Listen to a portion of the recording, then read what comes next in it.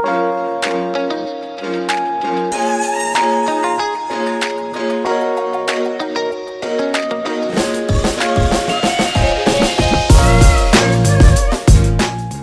guys, Danny with Danny Gustin Fitness Podcast. My co-host Nico Dato here.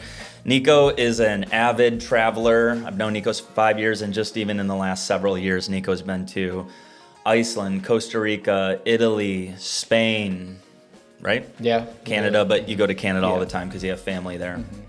And Nico's a very thoughtful guy, so he observes the world. He takes in, things and about the cultures he's in, what people do differently in different countries, how they live their lives. And there's a few things that have really stood out to Nico over his experiences that really just seemed right to him, seemed good to him. And there were 4 different things that really came up and you kind of put at the top of the list. And that's better quality of food and eating culture in some of these countries, a sense of community being prioritized, a better work-life balance, and a healthier lifestyle.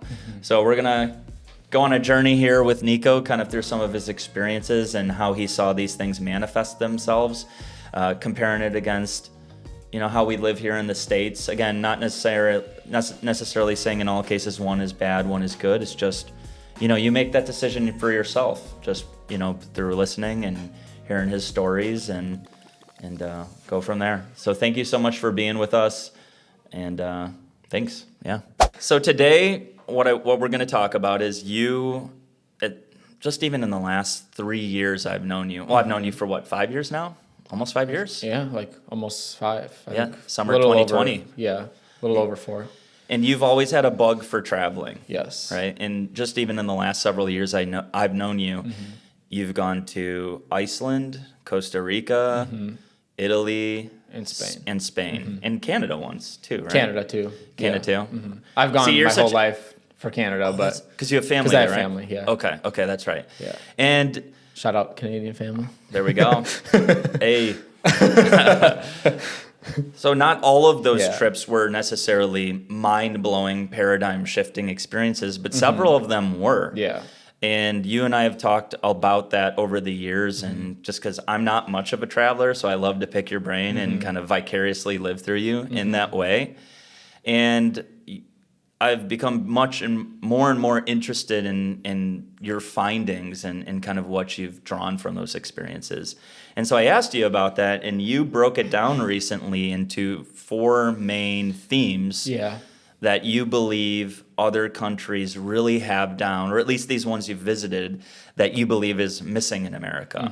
So the first one being better quality of food and eating culture, a sense of community, a better work-life balance, and a healthier lifestyle. Yeah.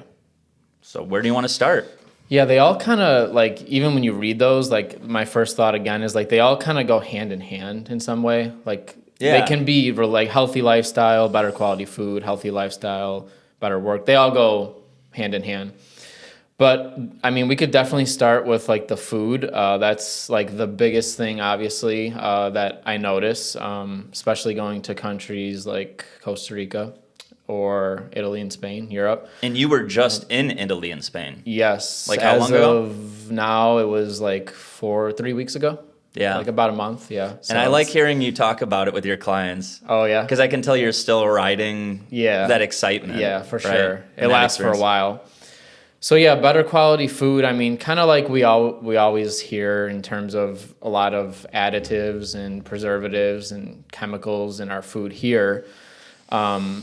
It's sad, but although things are kind of changing, I think, in America. A little bit. To become better, but... That's always the first thing I notice. I notice how I feel when I eat meals in different countries, especially being in a place like Italy. It's a lot of carb stuff, like pasta, pizza, bread, stuff like that. Yeah. But what would be an example of a couple of your favorite meals that you had when you were just in Italy? In Italy? Mm-hmm.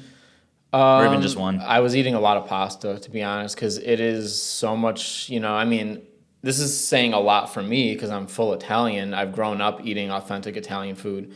But people might hear me say like, oh, like it was incredible, the food, but some people might be like, well, you're just saying that because you're in Italy. Yeah. And it's like, no, it's like, it is literally way different. The way it tastes, the way you feel is different. And that just comes down to, again, because I researched it, I was kind of confused. I'm like, I don't understand. I mean, I've ate authentic Italian food my whole life. Why is it so much incredibly better than even what I have at home? Yeah. And it just comes down to a lot of things. Again, like a lot of the preservative stuff, even the way they make different grains and stuff like that is different. All homemade in the house, sauces, and the actual pasta is made in house in the restaurant. So, and you can find places around here too that do that, but Yeah. I think it's a combination of things that make it taste the way it does, honestly. Yeah, and I could see that because not just from your experience, but I have another client he's full Italian too. Okay. And last name Taglia. Yeah. Right? It's Yeah. about as Italian as it Yeah. gets, right? And he, same thing, has grown up eating pasta, and he's almost 70 now. And so whole life of eating pasta, right? And he told me maybe a year or two ago that he started buying pasta from like a real niche, like Italian bakery. Yeah, because you could find them. And when he eats wheat from the United States, the wheat, yeah, it's or from pasta, yeah, right? Yeah, definitely, yeah. It's totally different in the way that it affects his stomach. Yes. He said he just That's feels what more I found bloated. in my research, yeah. And why do you think that is? Because of the way maybe the type it is and the way they process it, I think too. Yeah, I heard once in this book called Wheat Belly. Okay. Have you ever heard of that? I have heard of it, but maybe because of you talking about it. Yeah, probably, right? Talked so much over the years. I think you have and talked about it. One of the things he said was that the type of wheat plant in the States is referred to a dwarf wheat plant because when you have these large natural wheat plants, they become tall and almost too bulky when they're ready to be harvested. So they just kind of crack, break, and kind of fall over. So it's somewhat inefficient. Okay. So they genetically modified it to be a shorter plant. Right? He commented, "Oh, you talk about the America waves of grain, amber waves of grain, right? Yeah. But there's not there anymore. You look at a wheat field now, and it's like short plants. Wow. Because it's just way more efficient to harvest. And so I think that was something he mentioned in his book was just that the wheat that is in the United States is a different wheat plant than perhaps it makes a lot of sense. Even in Europe and Italy. I know they're much more strict on genetically modified organ. Well, that's the other organisms. piece of it too. I was going to mention is there's more regulation on certain things like that. Really? And why do you think that is? Why do you think that they regulate it more in Europe or even in the places you've been than they do here? Does it come down to the almighty dollar? I don't know. I mean, maybe. I don't know, but I definitely did like ChatGPT that when I was in Italy. Yeah. Or you know what it was actually? My brother's wife, my sister-in-law, because we were talking about like going on a trip with everyone, because I went solo to Italy with all of us going, and she was trying to pay attention to gluten. She's like, she texted me while I was out there, how's the gluten-free options out there? And I'm like, I don't think they have it, but it's not like here. And then I was wondering, and I ChatGPT'd it, and yeah, it comes down to what we're talking about. It's made differently, so it usually doesn't affect people that have that going on. And then there's better regulations and things like that. So when I looked into it, they find that people that are, what is it called, gluten intolerant? Yeah, gluten intolerant or gluten sensitivity. They really don't have issues in a place like Italy, even if they're eating. That says a lot too. It's like pretty crazy. I haven't experienced that for myself, but that's just what I saw on ChatGPT when I quickly Googled it. Because you don't have a gluten sensitivity. I don't know. Yeah, yeah. That kind of pisses me off.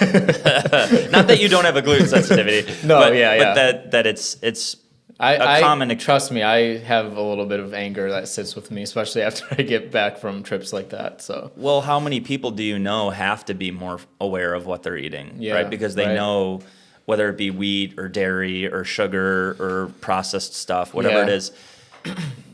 So many people have these experiences of, I feel more inflammation, or my stomach hurts, or I'm bloated, or I get a rash, or whatever it is, and it's just like.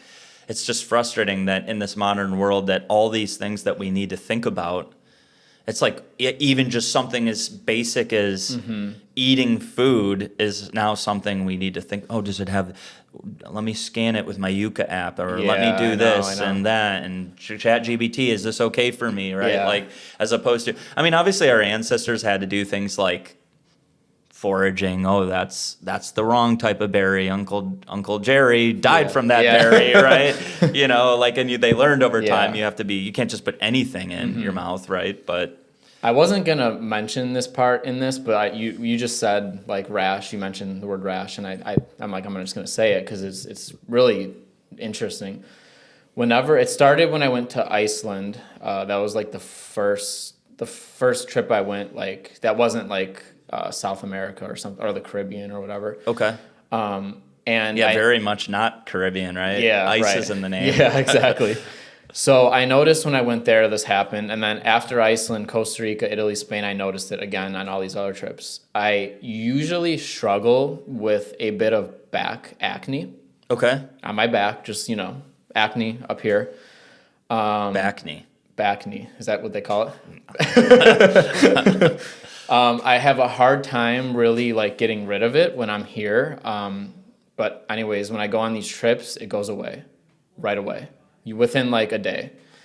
That's crazy. It's insane. So obviously the first time I didn't put two and two together in Iceland, but then in Costa Rica, I noticed it again. Just in Costa Rica, I'm like, man, like everything is just clearing up. Even I don't really get acne on my face. Sometimes here, like right now, I have a little pimple here, but everything just clears up right away. And then really this time with Italy and Spain, I'm like, I'm going to pay attention. And then after about a day, and when I say gone, I mean completely gone. That's crazy. And then when I got back, after about a week, it comes back.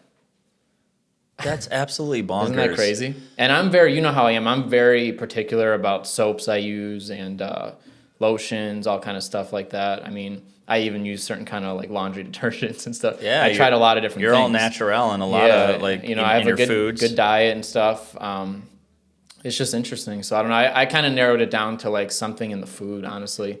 Even if it is healthier foods, even if it's pesticides or whatever, How crazy is that you are probably in like the 95th percentile of eating healthy and being thoughtful of what you consume. So I was actually thinking about the next trip I take outside the country, somehow documenting that, like before and after pictures, just to, really prove to people, It's really crazy. It really racks my brain. Yeah. Well, and it's kind of hard to argue with that, right? Yeah. Because I think there is a group of people in the world, just in general, right, who don't have these issues, and they kind of listen to something like that and say, "Oh my gosh, these kids nowadays, right? Like they're so sensitive, and and we're like, you're a hypochondriac." Yeah. But it's so many people, and so something like that is pretty objective. Yeah, it is. Right? Yeah. Like, hey, usually I can't get rid of this. 3 separate times it happened, so that's just crazy. 3 different trips,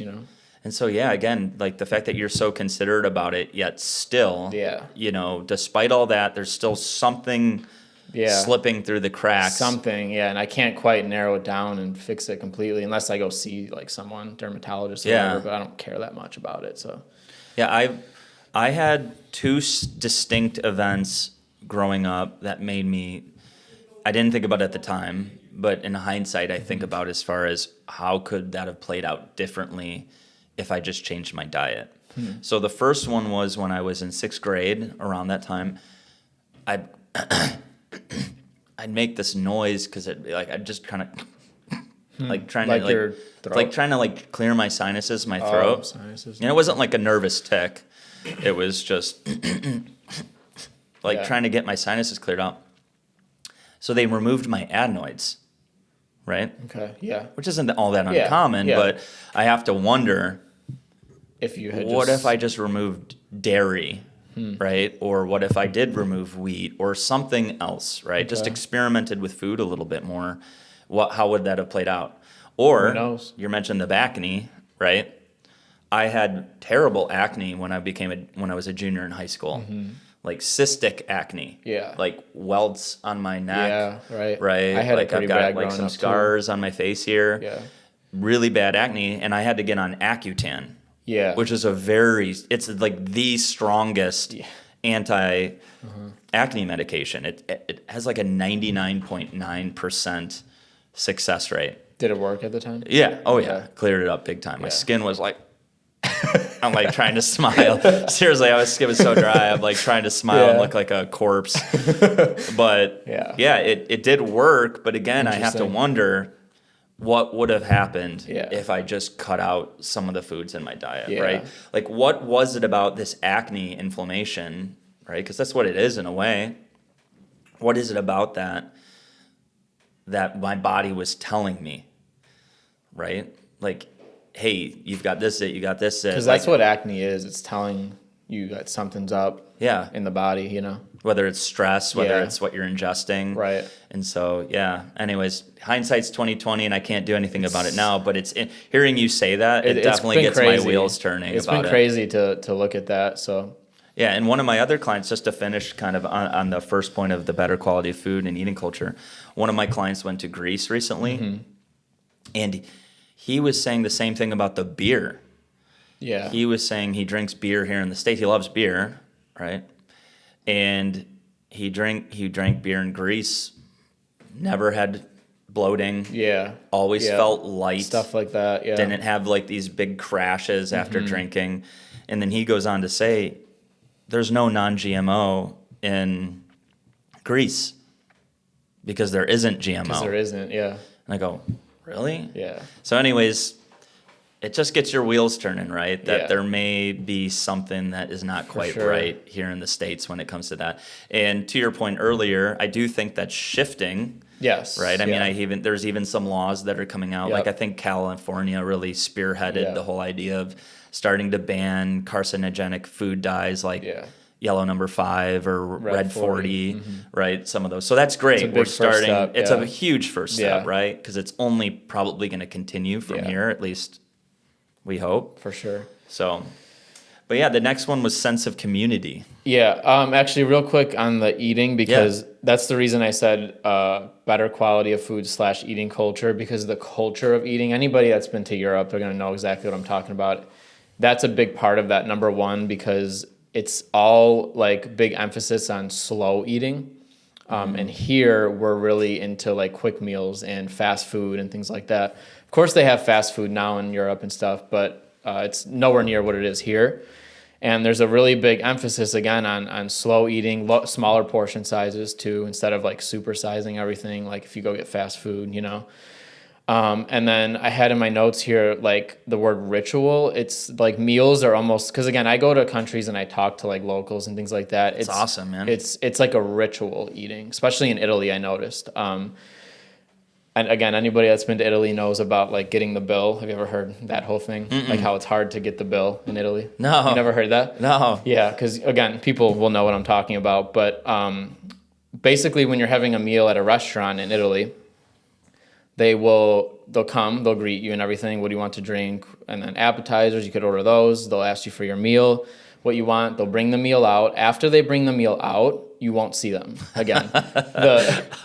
Which is so not American, right? We'd be like, we're the waiter, you know? And that's the joke, is that a lot of Americans go to Italy and they're like getting impatient, like where the hell are they, you know? You're like, oh, your tip? Her tip just went down. Right. Yeah, you know? And I learned that is because they emphasize on the slow-paced eating, and it's a thing that's been meant to be like with family, friends, and it's slow-paced. So they basically leave you alone for your meal to let you not feel rushed and to really like space it out and stuff. So anyways, to get your bill, you have to actually like call them. Okay. I struggled with that a few times. Did you? Because a lot of times I don't even speak English, so I was like trying to learn. Scusi. Scusi. I think it's canto. Canto. Yeah. Or something like that. But yeah, that's just talk with your hands. Yeah. The bill. The bill. So that is really interesting because it's all, slow paced. And I found that in both countries, Spain and Italy, but mostly in Italy with the bill thing. But the slower pace, I'll get to that more in the other points, but slower paced eating is really a big thing.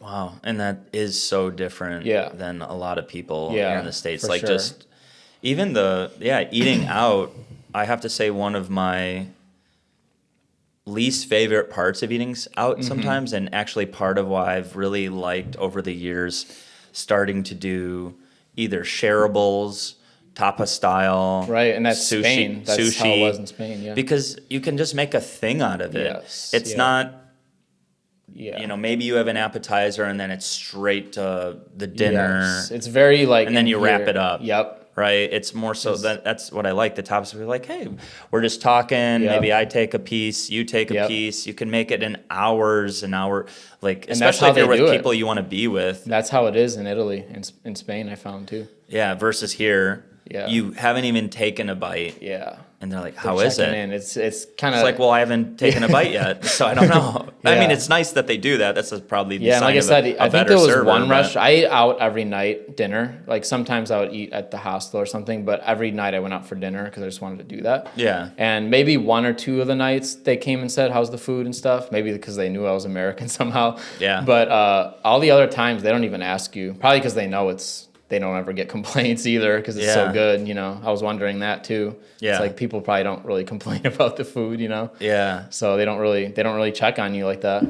Wow, that's just so different. And that's, So again, one different, thing I yeah. really admire about your experience traveling is, yeah, you get exposed to these different cultures. Yeah. It's a paradigm. Yeah, it's really, really cool to see.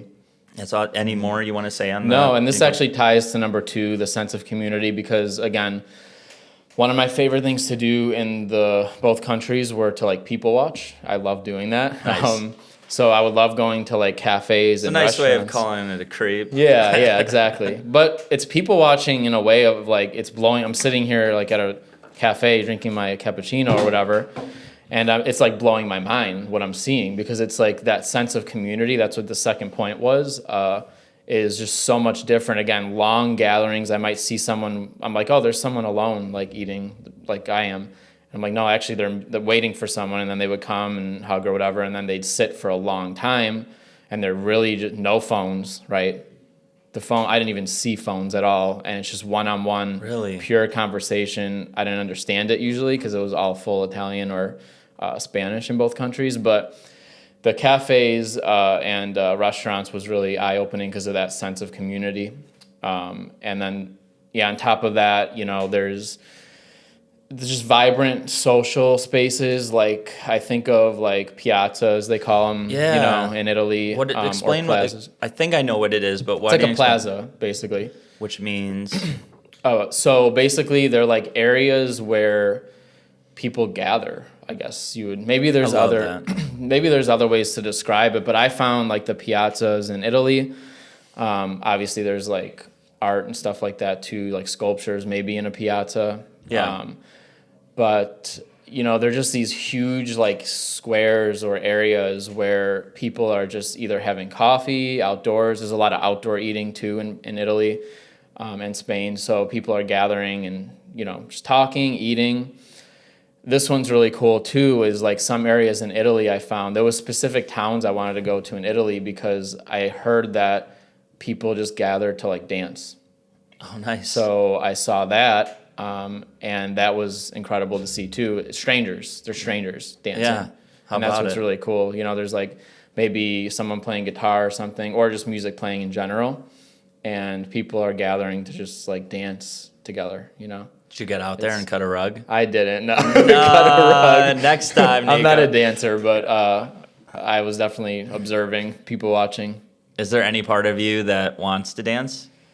I think I was just so taken in the moment of experiencing it that I didn't even think about dancing. I was just like, because I was maybe drinking a coffee or something, I was just really present with that, just like enjoying my coffee and like listening and watching. So I didn't even think about dancing at the time, but Yeah. next time I go back, I probably will. That's awesome. Try it out, yeah.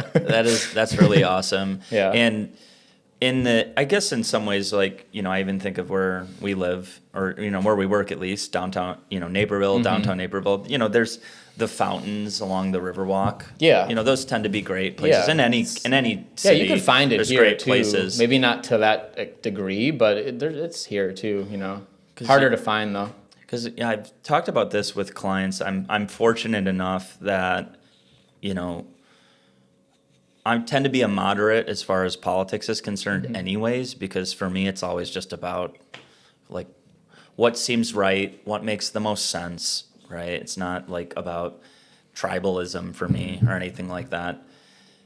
And I'm lucky that I'm able to have these really rich conversations with clients about politics. I mean, you've commented over the years how you're like, I don't know how you get into these topics with people. And I think it's because I'm just trying to approach it from a place of curiosity. Yeah. Like I'm not trying to convince anyone while I'm training them to think like I do. A lot of times I just want to know why they think what they think. Just curiosity. But what's gotten in my head over the years, kind of talking about this sense of community, having a place like a piazza, or even I think in Greece, maybe this is ancient Greece, but I remember learning about it in school, it was called like a polis or something like that. Okay. But it'd basically be a congregating area where people would debate and talk and things like that. Right. And, over the years, especially in this age of social media, people talk about the idea of an echo chamber. Yeah. Right? Yep. Echo chamber, for those who don't know, it's the idea that you hear your own echo. So whether you're right wing, left wing, this wing, that wing, you like the Bears, you hate the Bears, whatever it is, you're really only spending time with people who are going to echo your own points, right? How you feel. So it can create this illusion that everyone thinks the way you think and just further reinforce you in becoming more rigid in your stances on things, right? And so this idea came up recently where, people criticized the idea of an echo chamber, but I was thinking, well, how are you supposed to avoid it? I'm lucky enough that I have a job and I have clients who are comfortable with me and I'm comfortable with them, and we can share these ideas and have a civil conversation about it. But a lot of the times you're not allowed to talk about these things at work. Right? Especially in corporate America, for sure, if you start talking about touchy things like politics, shut that down. Yeah, You're in sure. HR, right? Yeah. And your friends probably think the way you do to an extent. So you're in your social settings and you're hanging out with people who think the way you do. So without the work setting, or let's say you go to church, right? Maybe there's a good chance people think a lot the way you do there, right? Yeah. Maybe not. There's always going to be variation, but I just thought about if the conversation shut down for 8 hours a day at work or 9 hours a day for some people or more, where are you supposed to have those shared opinions, shared conversations, difference of opinion? And so it's almost a situation we've been put into because maybe there is a lack of space like a piazza or somewhere else to do it, to feel comfortable having this public discourse and feeling safe to do it. Right. So it seems like maybe in some of these other countries there's a little bit more going on. I'm not saying they're talking about politics specifically. Right, but just more social gatherings. Yeah. Right. Just being out in the open. Yeah. Right, especially that dancing in public. Yeah, that was amazing to see. I've never seen that in my life anywhere, really. Yeah. To where it's like strangers for no reason, too. Because, of course, you'll find dancing somewhere, but it's just people just vibing, I guess. Yeah. Just like stopping and smelling the coffee. Yeah, that's the vibe I got, at least watching it, Right. The fact of just living life is justification in itself. Right? Absolutely. There is no destination in that moment. It's just being there and enjoying yourself. That's it. And again, that's very, in some ways, not American either, because we're the land of coffee and Starbucks and Dunkin' Donuts and go and accomplish and sleep when you're dead. Yep. So very much it's about the destination for a lot of people. Even with my clients, sometimes when they're leaving, do you ever get this where it's like, it's like time to end the session and someone's like, kind of like running out the door, right? Like tying on their shoes. And sometimes because they have genuinely somewhere to be. Right. But sometimes it's like, it's the self-created stress and timeline, right? Yeah. Like you don't actually have to rush out the door. Yeah. And I know that because I had a client who was retired and would do that. He's like, all right, great workout today. I know. All right, Isn't that crazy? I catch myself doing it, that rushing energy. Yeah. Yeah, it's crazy. And that's what, like, going to these places will snap you out of it. I've really slowed down since I got back. I do, when I always get back, Costa Rica was a big one, too. Like, their whole emphasis on their lifestyle is, like, slow pace of life. But it's interesting because, like, when I'm back, I can only keep it for so long before I kind of get, like, sucked back into it almost. It's like... I can try to keep the slow pace, but I don't know. You know, it's just part of life here, I think. When you get back, you're just relaxed. Yeah. Drinking your cappuccino, looking out the Slow. window. Then slowly but surely, Yep. you just get your red, white, and blue bandana on. But no, I feel you, man. Yeah, Like I've had that experience too, just with any sort of significant experience, right? Like I've told you about how important my men's retreats are to me. And again, it can be, you sort of ride that for a day or two. So you have a similar experience. And then with before that. you know it, you're sort of, well, yeah, because when you're in it, you have a sense sometimes that whatever this is feels more right, more true than what I'm used to. Yeah. At least in certain variables, right?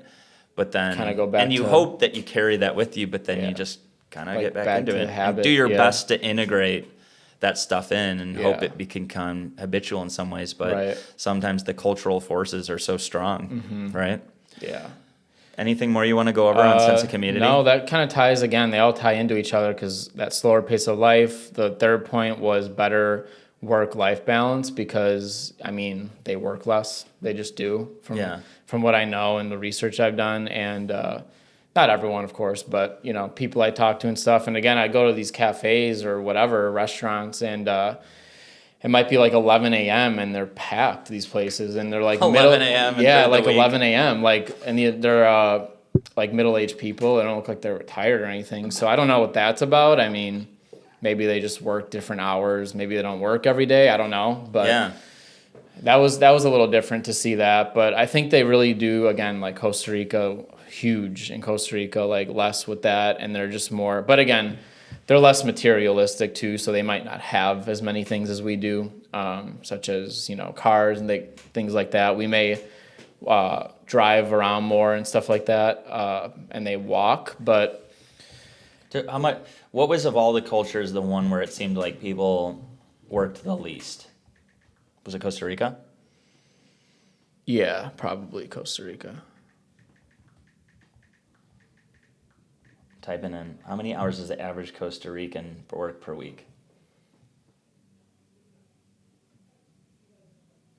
Okay, so it says 48 hours. Oh, really? Okay. That's interesting. So now they do, again, a lot of like, what does that mean exactly? Because they do a lot of work, I notice, like how do you describe, like they build all their own stuff. It seemed like, again, it's different where you go, but when I was driving in my rental car, like in these towns and stuff, I saw a lot of people that like it seemed like their homes and stuff were like handmade. And you know, I think they like hand do a lot of stuff because they don't have tools and things like that. So maybe that's a part of it too. I could see that. I mean, that there's that challenge even in the States here. Yeah. Like I have clients who have, you know, places, cabins in North Michigan. Yeah. Or, you know, I have clients who have places down south, like a client who has a beach house in Panama City Beach. It's Destin. Anyways, either way, even they have difficulty sometimes getting help. Right? Yeah. It's easier to get help when you're kind of here in like the suburbs where there's like a lot of work to be done. So these companies will concentrate here.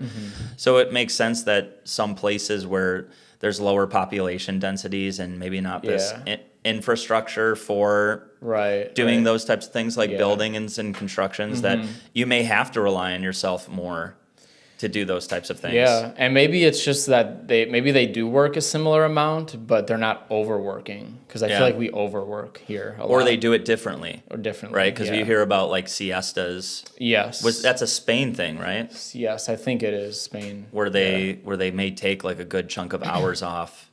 In the middle of the day. Right. It's a lot of Europe, I think, because I think Italy does that too. Yeah, but like then restaurants are open at weird times sometimes because they. That's the thing too. I've heard sometimes about how just people will be up really late in different countries too. Yeah. Like I had an ex who was Brazilian, and her friends would stay up super late. Right? Like sometimes it'd just be crazy. Like why do you guys want to get breakfast at 6 a.m? Yeah. It's like we've just been up the whole night. Yeah. Like this is nuts. That's interesting. Yeah. You know, or even I heard about, you know, just again, someone recently telling me about, you know, I have one of my best friends, his parents are from Brazil, and he was saying how like they'd be there and a barbecue could start at 11 o'clock at night. Yeah. Yeah, and Which is Italians, just they totally usually different. eat dinner later. I was eating dinner most nights at like 8:30, 9 usually. Okay. Dinners, yeah. 8:30, 9 o'clock. So that was tough to adjust to as well, you know? Yeah, especially after just only being there for like a short amount of time. Yeah, right. Yeah, Right? yeah, and then I had to adjust back, coming back here to like my normal dinner time. Yeah. But they do eat later, that's true. When do you normally eat dinner? I'd say like 5-ish, 5:30, maybe some nights 6. Yeah.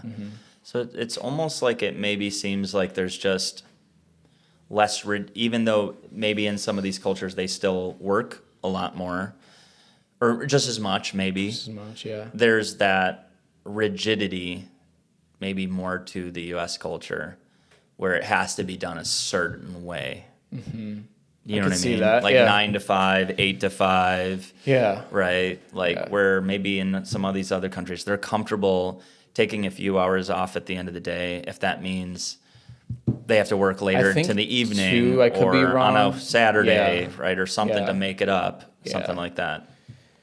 I think they get more time off too, I'm pretty sure, normally. I've heard that. I mean, I've heard that, and then I was having a conversation with a girl that at my hostel one night. She was from Lithuania, is that Okay. it? And she lived in Germany though, so she's been living in Germany. And we were just talking at the one dinner one night and about like work-life balance and stuff and all types of different things. Because when you're meeting people from other countries, you want to learn about their life and their country. And yeah, at one point she's like, oh yeah, in the U.S., she's like, you guys like never get like time off, right? And I was like, I mean, I do, but Yeah. you know, I think a lot of like corporate jobs here and stuff. I don't know, I could be wrong, but that was kind of eye opening for someone from like another country to like say that. I'm like, that's weird. Like people are like observing that almost. Yeah, I think there obviously I think actually in corporate America they're getting better about that. Are they? I mean, a lot of my clients have expressed that especially if you're with a company for a longer period of time, right? But I know I've known a couple people from Australia. Yeah. And don't quote me on this exact, but I'm pretty sure it's almost a given to have almost a month off. Like government mandated Yeah, to right. have almost a month off. So I think throughout they the do year. in Europe, maybe Costa Rica too, get like more time off maybe too. That could be part of it. So somewhere, somehow, that balance is injected into the equation. But you also mentioned another point about, you're talking about better work-life balance.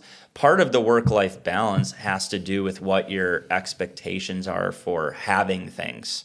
Right. Right. So you mentioned Right, the materialism, right? Yeah. You know, so it's fascinating to me that someone making $80,000 a year but spends $80,000 a year could have the same level of stress as someone who makes $250,000 a year but spends $250,000 Yeah, a year. true. It's like you look at sometimes I think and look at the person with $250,000 and I go, well, you maybe just spend a little less money, Yeah. right? And then you Find a way wouldn't to have to spend be, less. and then maybe you could take a job where you didn't need to. That's a big part of it for like sure. take X amount of trips across the country and Yeah. by plane per year, right? Right.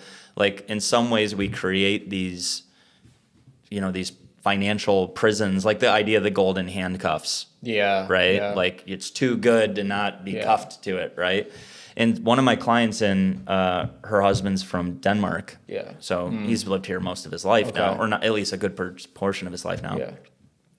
And one of the things he was saying is that the sizes of homes in lots of Europe are completely different in the United States. Oh, yeah. Like the For sure, expectation yeah. in the United States for a lot of people is you're going to have a home that's 1,500 square foot, 2,000 square foot, or more, right? Where you get a lot more of those like row style houses, Yeah. or just maybe apartment living, city living, Right. smaller Yeah. living situations in other parts of the country. There's not that expectation of having the big properties. Right. And so that's interesting too, because I hear that and, I think about that and I go, is that really something the U.S. is missing though? Isn't it kind of nice to Yeah, it depends on people's goals and things like that. Yeah, but it's that's very true, right? In my mind though, I'm like, it's already like it's programmed in. Yeah. Right. Like, for sure. And not from a place of being frivolous or, like shallow. I love the idea of having a nice backyard. Yeah. Having a place For like sure. there's a trampoline and nice I can to be able watch to my have kids that. play Yeah. and run around, that kind of thing. But part of that is based on my experience growing up here, right? Yeah, it just was really eye-opening. Like that Costa Rica one was definitely like the most eye-opening because it's so much different. But I always say like the people that live there, they were like, I noticed like they had like not a lot of things. Like they had so little, but they were like the happiest people I met. So it's like you're sitting there and you're like, to me it doesn't make that much sense, but it's like, well, no, they have like beautiful nature, really good food. They're healthy, walking. That leads to my next point. A lot of activity. So I don't know what exactly it comes down to, but that's really eye-opening when you see that, like they're super happy. They're not stressed, Well, I mean, even the point of number 2, you said the sense of community.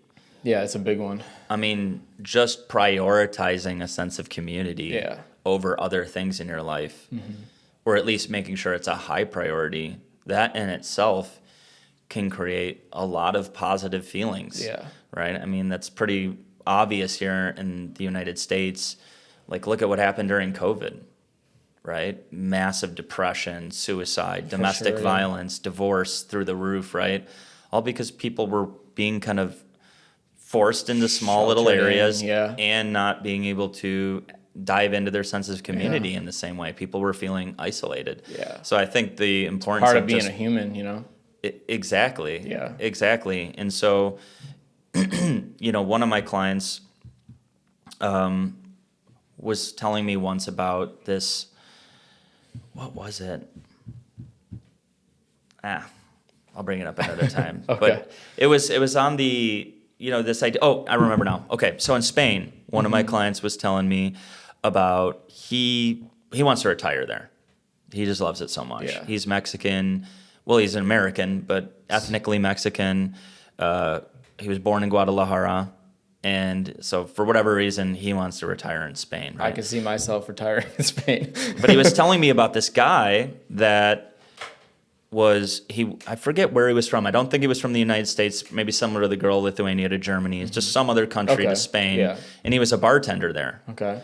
And he didn't make a lot of money. I think he shared an apartment with a couple people. Yeah.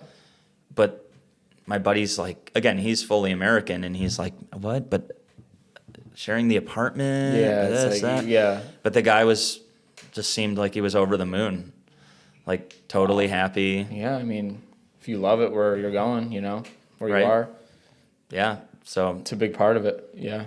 And again, that's why something like what you're talking about, just occasionally experiencing different cultures, that can be just a great way to kind of open your eyes and then make that decision for yourself, right? Yeah, it could put things in perspective and just, it could change the way you view different things in your own life and find ways to, implement it in your own, That's awesome. So Number 4. Number 4, healthier lifestyle. Again, just like these all tie into that, right? But tons of walking in all these countries I went to, like way more than we do. I mean, I walked every day just under 20,000 steps. Like every day? 17, I think. Wow.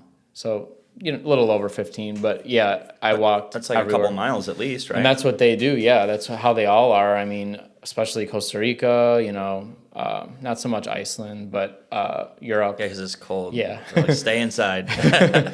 Actually, I recommend not walking and getting a rental car in Iceland. That's what I recommend. You want to drive in Iceland because it's like beautiful. Okay. The landscapes, but and because it's very easy to drive. It's a lower population density too, right? Yeah, so, you just hit the road. There's the ring road. It's called. It's the Okay. road that goes around the whole country.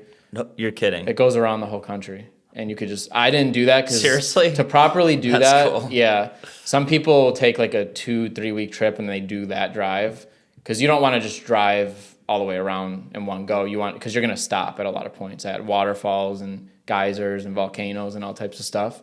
So that's the ring road. Yeah. That sounds awesome. It's- I love yeah, that it's just a people- ring. Yeah, it's literally like a big circle that goes around. So you should do it. You would love it. Yeah, for some reason that makes me really happy to think there's just a lot of country people. that Like has I'd be driving again. I had a road. rental car, but you'd be driving. You see tons of like vans because people are just like living out of the vans for like a week or two to do that ring road. People are going. Like I met people at the airport, even hearing them talk. Like, oh yeah, we're going because we're doing the ring road drive. You know, so it's like a thing you do there. Yeah. So they're a lot more active in some of these places, especially like you said, Costa Rica. So like Costa Rica, Europe, Italy, Spain, tons of walking, you know, like, cause everything is very walkable. I mean, and if it's not walkable where you want to go, you just take like a short train or bus and then it is walkable. Yeah, my buddy was just in Sweden and he was telling me that. No, Switzerland. Oh, he was just in Switzerland. He said that he goes, you could just be somewhere It's and then so there's easy. like that place 2 blocks away and you're like, do you want to walk there or do you want to just catch the train in 5 minutes? Right. Yeah, I rode all the metro, the trains and some buses too, but it was so easy to maneuver the trains and cheap too. Like dirt cheap to maneuver around. Because I might want to go to like some other town that's like just kind of outside of Rome. And it's like you're not going to walk it. But yeah, maybe like you get off 2 stops or so and you're in the town. It seems like then in Europe, the train system is really well integrated. Oh yeah, for sure. And those are just the regular trains, but then they have those bullet trains. Is that what they call them? That I only did one. I took that in Spain from Barcelona to Girona, Spain. Okay. I know I've never been on one of those. Have you ever been on one of those? That was crazy. How fast was it? It was fast. Like you don't feel it. You don't feel it. But you like look outside, you're like, oh my God, like you're flying by stuff. And they're nice. Like you have like nice seats and stuff. Some of them, depending on what kind of seat you could get food and drinks and stuff. So they're really nice. Yeah. Dang. The trains there. And that's all over Europe, I think, pretty much for the most part. Yeah. Especially Italy, they have them too. I just didn't get a chance to ride them in Italy.